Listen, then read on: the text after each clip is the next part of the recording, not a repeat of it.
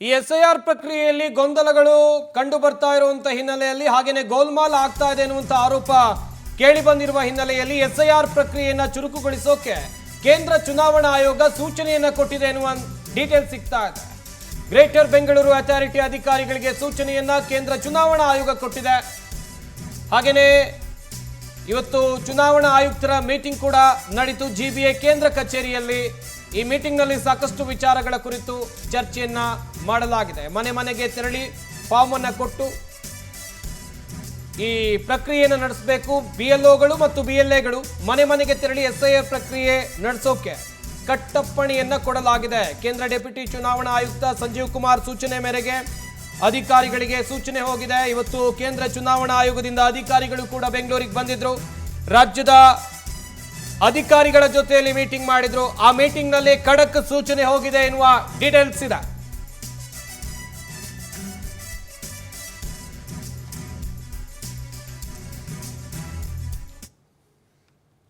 Basic information is ನಿಮ್ಮ SIR ಸರಿಯಾಗಿ ನಡಿಬೇಕು. ಮತ್ತು ನೀವು ಎನ್ಯುಮರೇಷನ್ ಫಾರ್ಮ್ಸ್ ಏನಿದೆ ನೀವು ಪ್ರತಿಯೊಂದು ವೋಟರ್ಸಿಗೆ ಮತದಾರರಿಗೆ ಸ್ವಲ್ಪ ಸರಿಯಾಗಿ ಎಲ್ಲರಿಗೆ ಮಾಹಿತಿ ಕೊಟ್ಬಿಡಿ.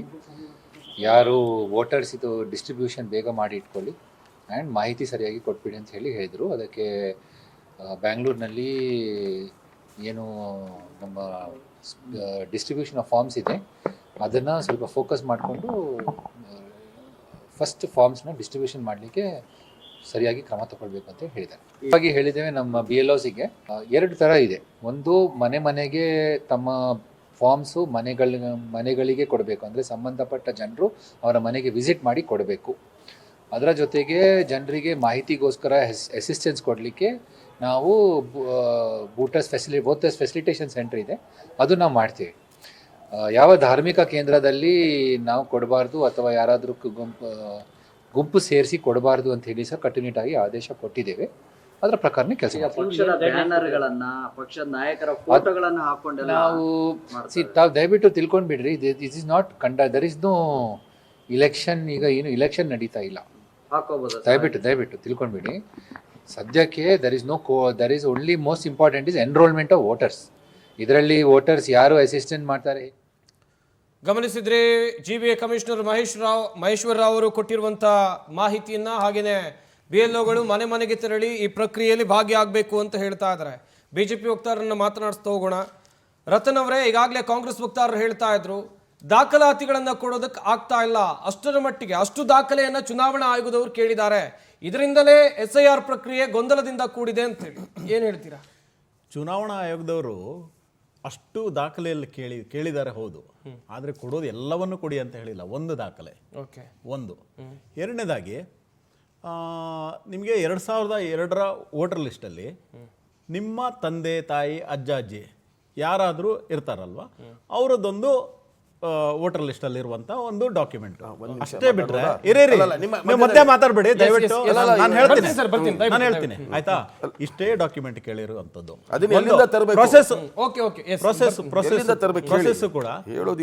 ಪ್ರೊಸೆಸ್ ಕೂಡ ಫಸ್ಟ್ಗೆ ಅವ್ರು ಬರ್ತಾರೆ, ಆನಂತರ ಎರಡನೇದಾಗಿ ಅವರು ಫಿಲ್ ಮಾಡ್ತಾರೆ, ಅವರೇ ಮಾಡ್ತಾರೆ, ಮೂರನೇದಾಗಿ ತಗೊಂಡು ಹೋಗ್ತಾರೆ. ಇವಾಗ ನಾನು ಇವ್ರ ಹತ್ರ ಒಂದಿಷ್ಟು ಪ್ರಶ್ನೆ ಕೇಳ್ತೀನಿ. ಇದಕ್ಕಿಂತ ಹಿಂದೆ ಡೆಲ್ಲಿಯಲ್ಲಿ ಎಲೆಕ್ಷನ್ ಆಗಿತ್ತು, ಅವಾಗ SIR ಮಾಡಿಲ್ಲ, 0 ಸೀಟ್ ಬಂತಲ್ಲ, ಯಾಕೆ ನಿಮ್ಗೆ? ಯಾಕೆ? ಒಂದು. ಎರಡನೇದಾಗಿ ಆಯ್ತು, SIR ಆದ ನಂತರ ಬರೋಣ.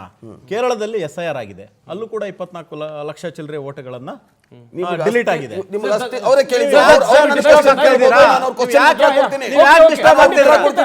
ಕೇರಳದಲ್ಲಿ ನಿಮ್ಮದು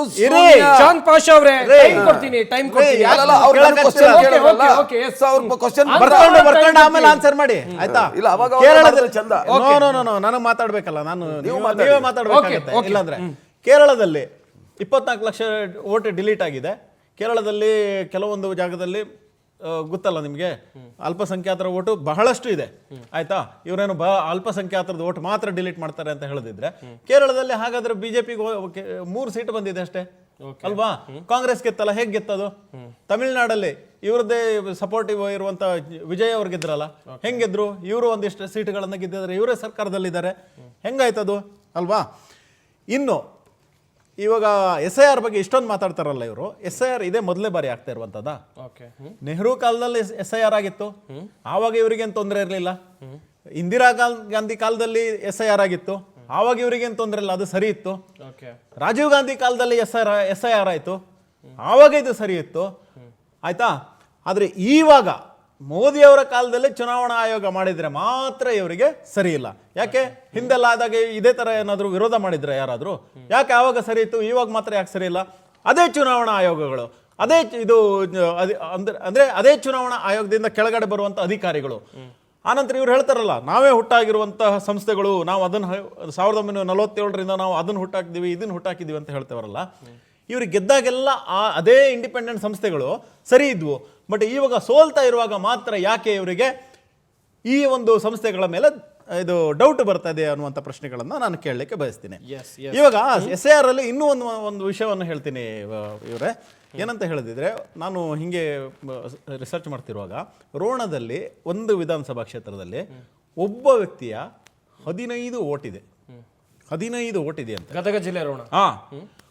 ಸೇಮ್ ಹೆಸರು, ಸೇಮ್ ಫೋಟೋ, ಸೇಮ್ ಅಡ್ರೆಸ್, ಒಂದೇ ವಿಧಾನಸಭಾ ಕ್ಷೇತ್ರದಲ್ಲಿ ಎಡವಟ್ಟಾಗಿದೆ. ಹೆಂಗೆ?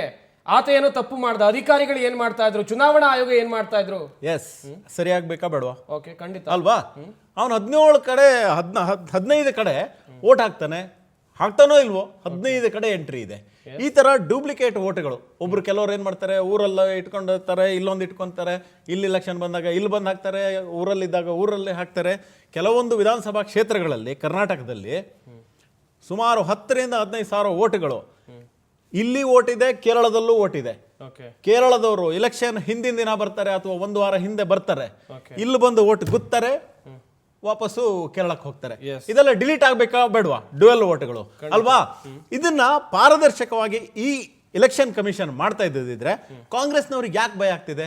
ಇವರೇನಾದ್ರೂ ಇದರಲ್ಲಿ ಪಾರ್ಟಿಗಳ ಈ ಲಾಭದಲ್ಲಿ ಏನಾದ್ರು ಪ್ರಾಫಿಟ್ ಅಲ್ಲಿ ಏನಾದ್ರು ಪಾರ್ಟಿಗಳ ಅನ್ನುವಂತ ಪ್ರಶ್ನೆ ನನಗೂ ಬರ್ತಾ ಇದೆ, ಈ ರಾಜ್ಯದ ಜನತೆಗೂ ಬರ್ತಾ ಇದೆ. ಓಕೆ ಪುರಾಣಿಕ್ ಸರ್, ಈಗಾಗಲೇ SIR ಪ್ರಕ್ರಿಯೆ ನಮ್ಮ ರಾಜ್ಯದಲ್ಲಿ ಪ್ರಾರಂಭ ಆಗಿದೆ. ಆದ್ರೆ ಇರುವಂತ ಒಂದು ಪ್ರಶ್ನೆ ಅಂತ ಹೇಳಿದ್ರೆ, ಈ SIR ಪ್ರಕ್ರಿಯೆಯಿಂದ 2028ರ ಚುನಾವಣೆಯಲ್ಲಿ ಯಾವ ಪಕ್ಷಕ್ಕೆ ಲಾಭ ಆಗ್ಬಹುದು, ಯಾವ ಪಕ್ಷಕ್ಕೆ ನಷ್ಟ ಆಗ್ಬಹುದು ಸರ್?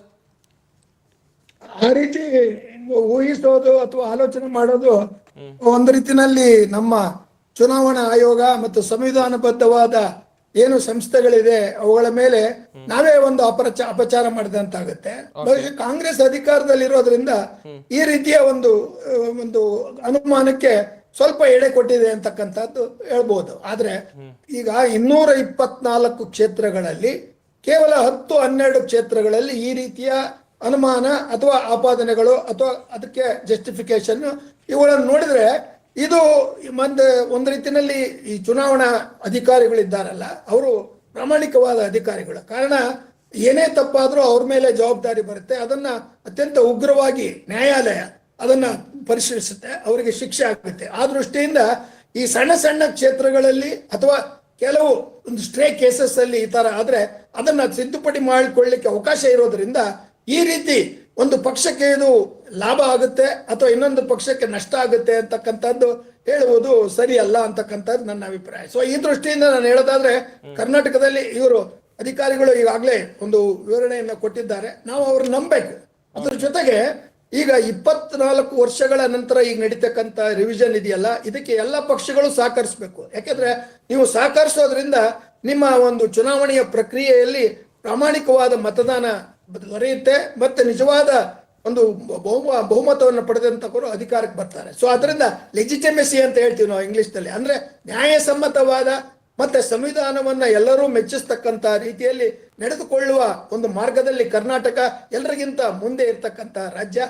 ಆ ದೃಷ್ಟಿಯಿಂದ ಈ ಪಕ್ಷಗಳ ಏನು ಒಂದು ಆಪಾದನೆ ಅಥವಾ ಕೌಂಟರ್ ಅದಕ್ಕೆ ಒಂದು ರೀತಿ ವಿವರಣೆಯನ್ನ ಸಮರ್ಥನೆಯನ್ನ ನೀಡ್ತಾ ಇದ್ದಾರೆ, ಇವುಗಳು ಒಂದು ರೀತಿಯಲ್ಲಿ ಸ್ವಾಗತಾರ್ಹ, ಆರೋಗ್ಯಕರ. ಆದ್ರೆ ಅದನ್ನ ಬೆಳೆಸಿಕೊಂಡು ಹೋಗಿ ಈ ಪಕ್ಷಕ್ಕೆ ಇದು ಅನುಕೂಲ ಆಗುತ್ತೆ ಅಥವಾ ಮುಖ್ಯಮಂತ್ರಿಗಳು ಇದರಲ್ಲಿ ಪ್ರವೇಶ ಮಾಡ್ತಾ ಇದ್ದಾರೆ, ಸರ್ಕಾರ ಇದ್ರಲ್ಲಿ ಭಾಗವಹಿಸ್ತಾ ಇದೆ ಅಂತಕ್ಕಂಥದ್ದನ್ನ ಒಪ್ಪಲಿಕ್ಕೆ ಸಾಧ್ಯ ಇಲ್ಲ. ಯಾಕಂದ್ರೆ ಅದಕ್ಕೆ ಎವಿಡೆನ್ಸ್ ಬೇಕು. ಊಹಾಪೋಹಕ್ಕೆ ನಾವು ಬೆಲೆ ಕೊಡೋದಕ್ಕೆ ಅಗತ್ಯ ಇಲ್ಲ. ಸೊ ಈ ದೃಷ್ಟಿಯಿಂದ ನನ್ನ ಒಂದು ಮನವಿ ಏನಂದ್ರೆ, ಈ ಪಕ್ಷಗಳಿರ್ತಕ್ಕಂಥವರಿಗೆ ನಿಜವಾದ ಕಂಪ್ಲೇಂಟ್ಸ್ ಇದ್ರೆ ನೀವು ಸಹಕರಿಸಿ, ಕಾಂಗ್ರೆಸ್ನವರು, ನಿಮಗೂ ಒಂದು ಗೌರವ ಬರುತ್ತೆ. ಹಾಗೇನೆ ವಿರೋಧ ಪಕ್ಷದವರು ಸುಳ್ಳು ಮಾಹಿತಿ ಅಥವಾ ತಪ್ಪು ಮಾಹಿತಿಯನ್ನು ಯಾರಾದ್ರೂ ನಿಮಗೆ ಕೊಟ್ರೆ ಅದನ್ನ ಪರಿಶೀಲಿಸಿದ ನಂತರ ನೀವು ಕಂಪ್ಲೇಂಟ್ ಕೊಡ್ಬೋದು. ಕೋರ್ಟ್ ಇದೆ, ಪ್ರೊಸೀಜರ್ಸ್ ಇದೆ, ಮತ್ತೆ ಇದನ್ನು ಪರಿಶೀಲಿಸಲಿಕ್ಕೆ ಹೆಚ್ಚು ಅವಕಾಶ ಇದೆ ಅಂತಕ್ಕಂಥದ್ದು ನನ್ನ ಒಂದು ಅಭಿಪ್ರಾಯ. Okay sir. ಚಾಂದ್ ಪಾಷಾ ಅವರೇ, ನೀವಾಗಲೇ ಹೇಳ್ತಾ ಇದ್ರಿ ಚುನಾವಣಾ ಆಯೋಗ ಕೇಳಿರುವಂಥ ದಾಖಲೆಗಳನ್ನು ಕೊಡೋದಕ್ಕೆ ಕಷ್ಟ ಆಗುತ್ತೆ ಅಂತೇಳಿ. ಸರ್ಕಾರದ ಯೋಜನೆಗಳು, ಅನ್ನಭಾಗ್ಯ ಯೋಜನೆ ಫ್ರೀಯಾಗಿ ಉಚಿತವಾಗಿ ಸಿಗುತ್ತೆ ಅಂದಾಗ ದಾಖಲೆಗಳನ್ನು ಕೊಟ್ಟು ಆ ಯೋಜನೆಯನ್ನು ಪಡ್ಕೊಳ್ತೀರಿ. ಗೃಹ ಜ್ಯೋತಿ ಯೋಜನೆ, ಈ ಪಂಚ ಗ್ಯಾರಂಟಿ ಯೋಜನೆಗಳನ್ನು ಪಡ್ಕೊಳ್ಳೋಕೆ ಅಗತ್ಯ ದಾಖಲೆಗಳನ್ನು ಕೊಡಬೇಕು ಅಂತ ಹೇಳಿದ್ರೆ ದಾಖಲೆಗಳನ್ನು ಕೊಟ್ಟು ಅಥವಾ ಏನೋ ID ಪ್ರೂಫ್ಗಳನ್ನು ಕೊಟ್ಟು ಆ ಯೋಜನೆಗಳನ್ನು ಪಡ್ಕೊಳ್ತೀರಿ. ಬಟ್ ಚುನಾವಣಾ ಆಯೋಗ ದಾಖಲೆಗಳನ್ನು ಕೇಳಿದ್ರೆ ಯಾಕೆ ಕೊಡೋದಕ್ಕೆ ಆಗೋದಿಲ್ಲ ಸರ್? ನೋಡಿ, ನಿಮ್ಮ ಪ್ರಶ್ನೆಯಲ್ಲೇ ಉತ್ತರ ಅಡಗಿದೆ. ನೀವೇನು ಹೇಳಿದ್ರಿ, ಗ್ಯಾರಂಟಿ ಯೋಜನೆಗಳಿಗೆಲ್ಲ ದಾಖಲೆಗಳನ್ನ ಕೊಡ್ತೀರಿ ಅಂತ. ಅವು ಕೇಳಿದ್ದ ದಾಖಲೆಗಳು ಸರ್ಕಾರ ನೀಡಿರುವಂತ ದಾಖಲೆಗಳು. ಇಲ್ಲೂ ಕೂಡ ನಾವು ಕೊಡಕ್ ತಯಾರಿದ್ದೀವಿ. ತಾವು ಅದನ್ನ ಒಪ್ತಾ ಇಲ್ವಲ್ಲ, ಅದು ನಮ್ಮ ಪ್ರಶ್ನೆ. ನೀವೇ ಕೊಟ್ಟಿರೋ ದಾಖಲೆಗಳನ್ನ ನೀವು ಒಪ್ತಾ ಇಲ್ಲ. ಪಾಸ್ಪೋರ್ಟ್ ಈ ದೇಶದ ಪ್ರಜೆ ಅಂತ ಹೇಳಕ್ ಆಗಲ್ಲ ಅಂತಾರೆ. ವಿದೇಶಗಳಿಗೆ ಹೋಗಿರೋರೆಲ್ಲ ಏನು ಅಲ್ಲಿಂದ ಏನೋ ಎಲ್ಲ ಸುಳುಕೋರ್ರ? ಅದು ನನ್ನ ಪ್ರಶ್ನೆ. ಆಮೇಲೆ ಇವರು ಚುನಾವಣಾ ಆಯೋಗಕ್ಕೆ ನಾವು ಬೆರಳು ಮಾಡಿ ಚುನಾವಣಾ ಆಯೋಗದ ಕಾರ್ಯವೈಖರಿ ಸರಿ ಇಲ್ಲ ಅಂದ್ರೆ ಬಿಜೆಪಿಯರಿಗೆ ಯಾಕೆ ಕೋಪ? ಇವರ ಸಂಬಂಧಿಕರ ಅವರು? ಡೆಫಿನೆಟ್ಲಿ ಇಲ್ಲ. ನಿಮ್ಮ ಸಂಬಂಧಿಕರ ಇಲ್ಲ ಅಂತ ವೆಸ್ಟ್ ಬೆಂಗಾಲ್ ಇಲ್ಲ ಅಂತ ಹೇಳ್ತಾರಲ್ಲ, ಇವ್ರು ಯಾವ ರೀತಿ ದುರುಪಯೋಗ ಪಡಿಸ್ಕೊಂಡಿದ್ದಾರೆ ಚುನಾವಣಾ ಆಯೋಗ ಅಂತ ಹೇಳಿದ್ರೆ ವೆಸ್ಟ್ ಬೆಂಗಾಲ್ ಆಯ್ತು ವೆಸ್ಟ್ ಚುನಾವಣೆ ಬಿಜೆಪಿ ಮಾತಾಡಿದ್ರೆ ನೀವು ಮಾತಾಡಬಾರ್ದು. ನೀವು ಆಯ್ತಾ? ಒಂದು ವಿಷಯ ಇದೆ, ಇದು ಒಂದು ಪಾಯಿಂಟ್, ಒಂದೇ ನಿಮಿಷ. ಇಲ್ಲ, ನಾನು ಮುಗಿಸ್ಬಿಡ್ತೀನಿ ಸರ್, ನಾನು ಮುಗಿಸ್ಬಿಡ್ತೀನಿ. ಒಂದ್ ನಿಮಿಷ ನಿಮ್ ಪಾಯಿಂಟ್ಗೆ ಒಂದ್ ನಿಮಿಷ ಎಸ್ ಪುರಾಣಿಕ್ ಸರ್ ಹೇಳಿ. ಏನಂದ್ರೆ ಇವರು ನಮ್ಮ ಕಾಂಗ್ರೆಸ್ ವಕ್ತಾರರು ಆ ಪಾಯಿಂಟ್ ಹೇಳಿದ್ದು ನಿಜ, ನನಗೂ ಅದನ್ನ ಬರ್ಕೊಂಡಿದ್ದೆ.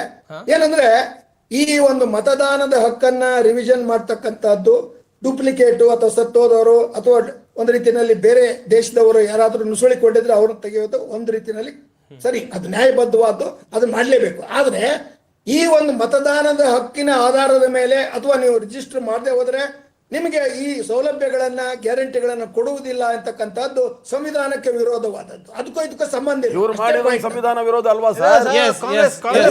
ಇವ್ರು ಮಾಡಿರೋ ಸಂವಿಧಾನ ವಿರೋಧ ಅಲ್ವಾ? ಇಲ್ಲ, ಮಾಡಬಾರ್ದು. ಯಾಕಂದ್ರೆ ಈ ರೀತಿ ಹೇಳಿಕೆ ಕೊಡ್ತಕ್ಕಂಥದ್ದು ಅತ್ಯಂತ ಬೇಜವಾಬ್ದಾರಿತವಾದ ಹೇಳಿಕೆ ಆಗುತ್ತೆ. ಕಾರಣ ಮತದಾನದ ಹಕ್ಕಿನ ಇರ್ತಕ್ಕಂಥದ್ದು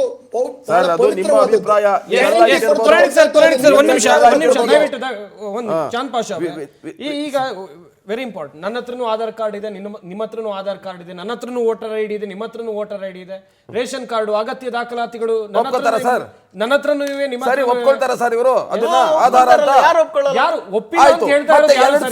2002 ಮತದಾರರ ಇದು ಪಟ್ಟಿ ನಿಮಗೆ ಏನಕ್ಕೆ ಬೇಕು? 87ರ ಮುಂಚೆ ಹುಟ್ಟಿರುವಂತವ್ರಿಗೆ ನೋಡ್ರಿ, ಮಧ್ಯದಲ್ಲಿ ಮಾತಾಡ್ತಿದ್ದೀರಿ, ಮಾತಾಡ್ತೀನಿ. ಚಾಂದ್ ಪಾಷಾ ಅವರೇ, ಕಂಟಿನ್ಯೂ ಮಾಡಿ. 24 ವರ್ಷಗಳ ಹಿಂದಿನ ದಾಖಲೆನ ತನ್ನಿ ಅಂತ ಮತ್ತೆ ಯಾವ ಕಾರಣಕ್ಕೆ ಹೇಳ್ತೀರಿ? ನನ್ನ ಹತ್ರ ರೇಷನ್ ಕಾರ್ಡ್ ಇದೆ, ಆಧಾರ್ ಕಾರ್ಡ್ ಇದೆ, ಪ್ಯಾನ್ ಕಾರ್ಡ್ ಇದೆ, ತಗೊಂಡ್ ಮಾಡಿ. ಅದೇ ಯಾಕೆ ಬೇಕು? ಎಲ್ರಿಗೂ ಅದೇ ಪ್ರಶ್ನೆ ಕೇಳ್ತಾರೆ. ಎಲ್ಲಾ ಸಮುದಾಯದ, ಒಂದು ಸಮುದಾಯಕ್ಕೆ ಮಾತ್ರ ಆ ಪ್ರಶ್ನೆ ಕೇಳ್ತಾರೆ. ಸಮುದಾಯದ ಪ್ರಶ್ನೆ ಅಲ್ಲ. ಮತ್ತೆ ನೀವು ಹೇಳಿದ ಪ್ರಕಾರ ನೀವೇನ್ ಹೇಳಿದ್ರಿ ಪ್ರಕ್ರಿಯೆಗೂ ಕೂಡ ಸಾಮಾನ್ಯವಾದಂತ ಪ್ರಶ್ನೆ ಅದು. ಸರಿ, ನಾನು ಅರ್ಥ ಮಾಡ್ಕೊಳ್ತಾ ಇಲ್ಲ. ನಾನು ಹೇಳ್ತಾ ಇರೋದು, ನೀವೇ ಹೇಳಿದ್ರಿ, ರೇಷನ್ ಕಾರ್ಡ್ ಹೇಳಿದ್ರೆ, ಮತ್ತೊಂದು ಮಗದೊಂದು ಹೇಳಿದ್ರೆ, ಅದನ್ನೇ ತಗೊಂಡು ನೀವು ಎಲ್ರಿಗೂ ಇದನ್ನ ಮಾಡಿ ಅಂತ ಹೇಳ್ತಾ ಇದ್ದೀವಿ. ನೀವು ಅದು ಬಿಟ್ಟು 2002ರ ಇದನ್ನ 24 ವರ್ಷಗಳ ಹಿಂದಿನ ಇದನ್ನ ತನ್ನಿ ಅಂತ ಹೇಳಿದ್ರೆ, ಒಂದು ನಿಮಿಷ ಇನ್ನೊಂದು ಸ್ವಲ್ಪ ಮಾತಾಡ್ಬಿಡಿ ನನಗೆ, ಆಯ್ತಾ? ಯಾಕೆ ಇವ್ರ ಮೇಲೆ ಅನುಮಾನ ಅಂತ ಹೇಳಿದ್ರೆ, ಈ ಚುನಾವಣಾ ಆಯೋಗ ಪಾರದರ್ಶಕವಾಗಿಲ್ಲ ಅನ್ನೋದೇ ನಮ್ಮ ಪ್ರಶ್ನೆ. ಹೇಳ್ತಾ ಇದ್ದೀನಿ, ಇವ್ರದ್ದು ಮತ್ತೆ ಕೇಂದ್ರ ಸರ್ಕಾರದ ಅಪವಿತ್ರವಾದ ಮೈತ್ರಿ. ಯಾಕಂದ್ರೆ ವೆಸ್ಟ್ ಬೆಂಗಾಲ್ ಅಲ್ಲಿ ಚುನಾವಣಾಧಿಕಾರಿ ಆಗಿದ್ದಂತ ಮನೋಜ್ ಕುಮಾರ್ ಅಗರ್ವಾಲ್ ಕೇರಳದವರೆಗೂ ಇತ್ತು. ನೋಡ್ರಿ, ಒಂದ್ ನಿಮಿಷ. ಚುನಾವಣೆ ಆ ರಾಜ್ಯದ ಕರ್ನಾಟಕದಲ್ಲಿ ಅದೇ ಚುನಾವಣಾ ಆಯೋಗದ ಒಂದ್ ನಿಮಿಷ, ಕರ್ನಾಟಕದಲ್ಲಿ ಅದೇ ಚುನಾವಣಾ ಆಯೋಗ ಮಾಡಿದ್ದು ಚುನಾವಣೆಯಲ್ಲಿ ಗೆದ್ರಲ್ಲ ಇವರು. ಆವಾಗ ಸರಿ ಅರ್ಥ ಆಗ್ತಿದ್ಯಾ ನಿಮ್ಗೆ? ನಾನು ನಿಮ್ಗೆ ನಾನು ಕನ್ನಡದಲ್ಲಿ ಹೇಳ್ತಾ ಇರೋದು ಸರಿಯಾಗಿ ಕೇಳ್ಕೊಳ್ಳಿ. ಕರ್ನಾಟಕದಲ್ಲಿ ಗೆದ್ರಲ್ಲ, ಕರ್ನಾಟಕದಲ್ಲಿ ಗೆದ್ರಲ್ಲ, ಕರ್ನಾಟಕದಲ್ಲಿ ಗೆದ್ರಲ್ಲ, ಕೇರಳದಲ್ಲಿ ಗೆದ್ರೆ. ಜನರಿಗೆ ತಲುಪಬೇಕು.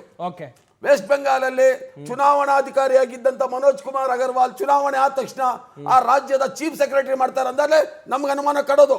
ಅಲ್ಲಿಗೆ ಆತನ ಅವನ್ನ ಸೇರಿಸ್ಕೊಂಡು ನೀವು ಅಲ್ಲಿ ಒಬ್ಬ ಹೆಣ್ಣು ಮಗುನ ಮಹಿಳಾ ಸಬಲೀಕರಣ ಅಂತ ದೊಡ್ಡದಾಗ ಭಾಷಣ ಬಿಗಿತೀರಾ?